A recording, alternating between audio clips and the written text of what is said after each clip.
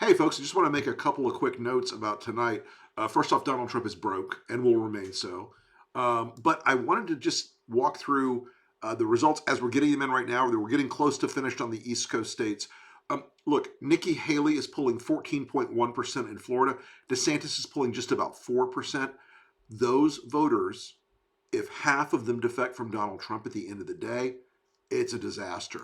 In Kansas, what we have so far is Donald Trump at 67%, Nikki Haley at 23%, DeSantis or none of the or any of the other candidates about 7.3. This is a really interesting thing in Kansas, a very red state. What you're seeing is this persistent underperformance of Trump. Illinois tonight, Donald Trump at 77%, Nikki at 18.2, Tiny D at 2.4. This goes on, this pattern keeps ramifying out. In Ohio, so far, they're still counting, obviously, 74.1% for Trump, Nikki at 19.9, DeSantis at 3. This is a consistent pattern. Now, I think if you model it as we're going to model it after we get all this voter data in, DeSantis votes will generally go to Trump. Maybe a fifth of them will split away from Trump. But Nikki votes so far from what we're seeing in all the polling and all the exit polling and all the behavioral data is that about half of those people are not going to vote for Donald Trump. In all of these early states that you're seeing come in tonight, even in the red states, Trump is still underperforming among Republicans. It is a really interesting figure, and it's a really interesting pattern that's developed. Also in Ohio, it looks like the adult friend finder MAGA candidate, Bernie Moreno, is starting to pull ahead of Matt Dolan.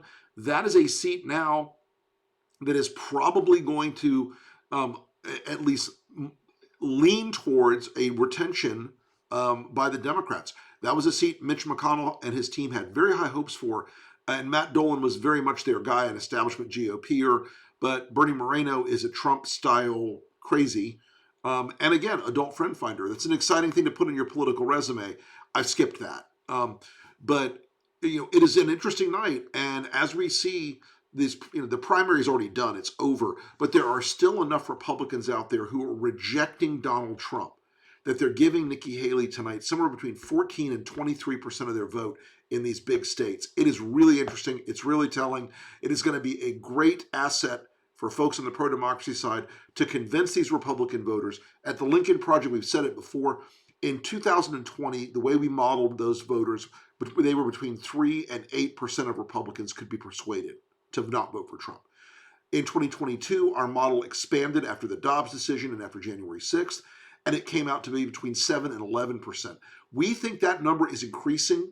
We're seeing it in empirical data in these early primaries. I am fascinated by it. It is really going to be a big asset. The Biden campaign needs to convert on it, but here at Lincoln Project, we will convert on it. Rest assured. Thanks, folks. Have a great night.